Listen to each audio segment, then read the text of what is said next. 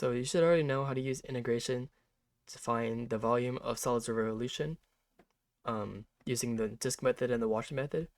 And if you don't know that, then you should go learn it. We have videos on how to do that. You can watch our videos. But after you learn that, this video is going to teach you how to use the shell method.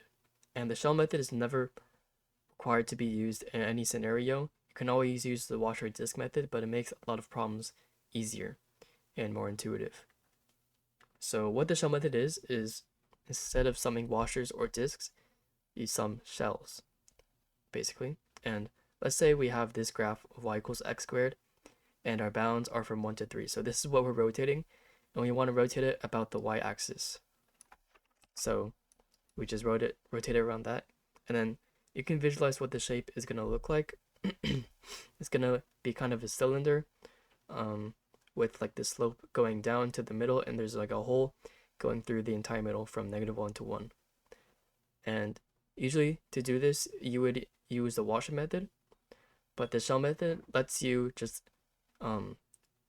integrate this more easily and find the volume more easily. Because since it's rotated around the y-axis, you would think that we need to integrate it with respect to y, but the shell method lets you integrate it with respect to x. And if you don't fully understand what we are summing, you know how the washer method, you sum like these shapes, and then disk method, you just sum these shapes. With the shell method, let's say you have a piece of paper and you roll up the piece of paper so that it's like a cylinder shape, right? So it's gonna have just the perimeter of the cylinder or the surface area, but without the top and bottom. So the formula for that is just gonna be the circumference of the circle in the cylinder multiplied by the height, which is 2 pi r times h, and that's what you were summing. So there's going to be those types of cylinders, the surface areas, from 1 to 3 in this problem, but first let's write out the formula. So the formula for what we are summing is 2 pi r times h, and let's just put this into our integration. So 2 pi times the sum from a to b of our radius. Let's put r of x because the radius is going to be in terms of x times h of x, and the height is going to be in terms of x as well, usually just r function with respect to x. And if you don't know how we got this, you can just watch our videos on the washer and disk method. It's pretty simple. You just put this in to an integral, because this is summing like infinitely many of these, and we just took the 2 pi out because it's a constant. So this is what our formula is going to look like, and the tricky part is finding out what our radius and height functions are going to be, but it's actually not that tricky. So for this function, we can just plug in everything we know. 2 pi times the integral from a to b, our bounds are 1, 2, 3, of radius of x, r of x, that's just x, because let's say we start by taking the shell at x equals 1, just visualizing on a graph. Obviously the radius is going to be 1, which is equal to the x value, and then if we take it at 3, the radius will also be 3. So we can just like intuitively figure out that the radius will be x, and usually your radius will be x unless you encounter some weird problem, but like in most cases your radius is just going to be x.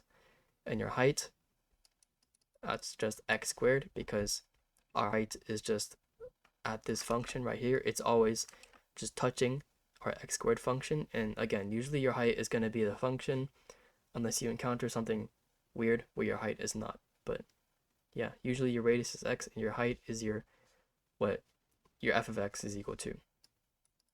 And now we have 2 pi times the integral from 1 to 3 of x cubed, which is 2 pi times the integral of x to the 4 over 4 from 1 to 3.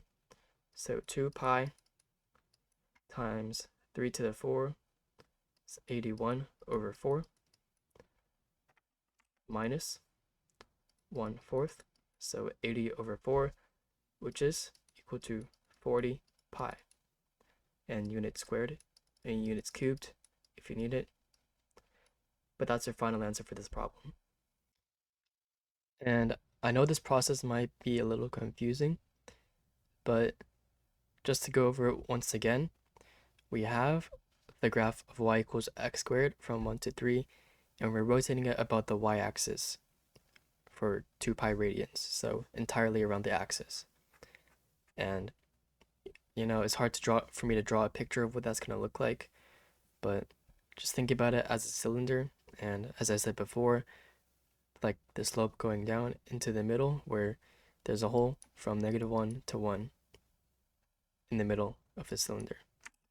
So after you know what that looks like, you can just think about it as, instead of summing like discs like this, we're summing shells.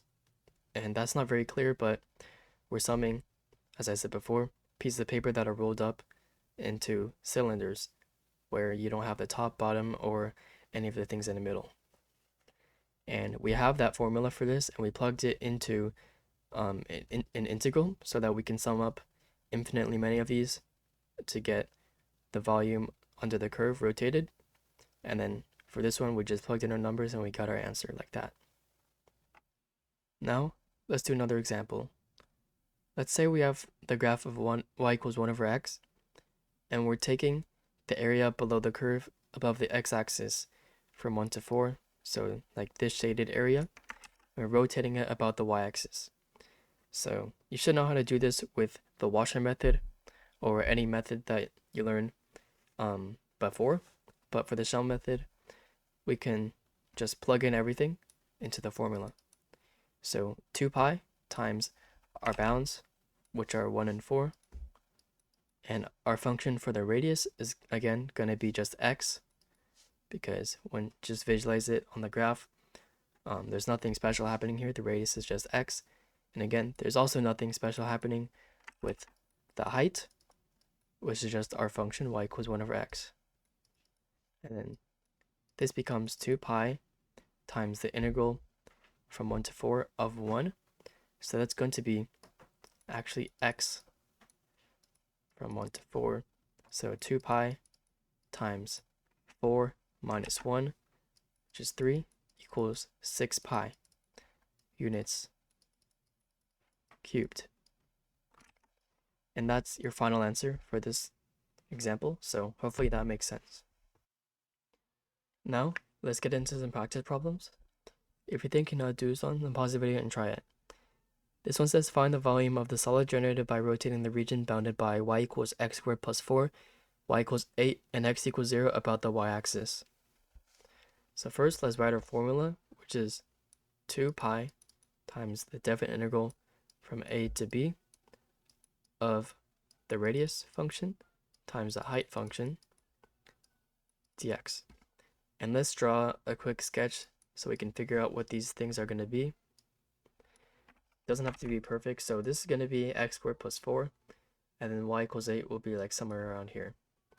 So the bounded area is just this part, but we can assume that it's all positive because we're rotating it all about the axis anyways. So it's easier if we assume it's all positive. And the radius is just going to be x because, it's starting from the center. That's the center of your shell, and then the edge is just your x value. So r of x will just be x. And your height of the cylinder, this is not just x squared plus 4, but it's going to be y equals 8 minus y equals x squared plus 4, because you're taking this whole region and you can subtract the region under here and you get this shaded region. So it will be 8 minus x squared plus 4, which is just 8 minus x squared minus 4 with respect to x. And now for our bounds, a is just going to be 0 because, x equals 0. That's where it starts, so 0 to b, and it ends where they touch. So x squared plus 4 has to equal 8, and you can just do that algebra in your head and you get x equals 2 or negative 2, but again, we're assuming it's all positive. And now we take, oh, you can take the integral of that, do the fundamental theorem of calculus, or you can plug it into your calculator.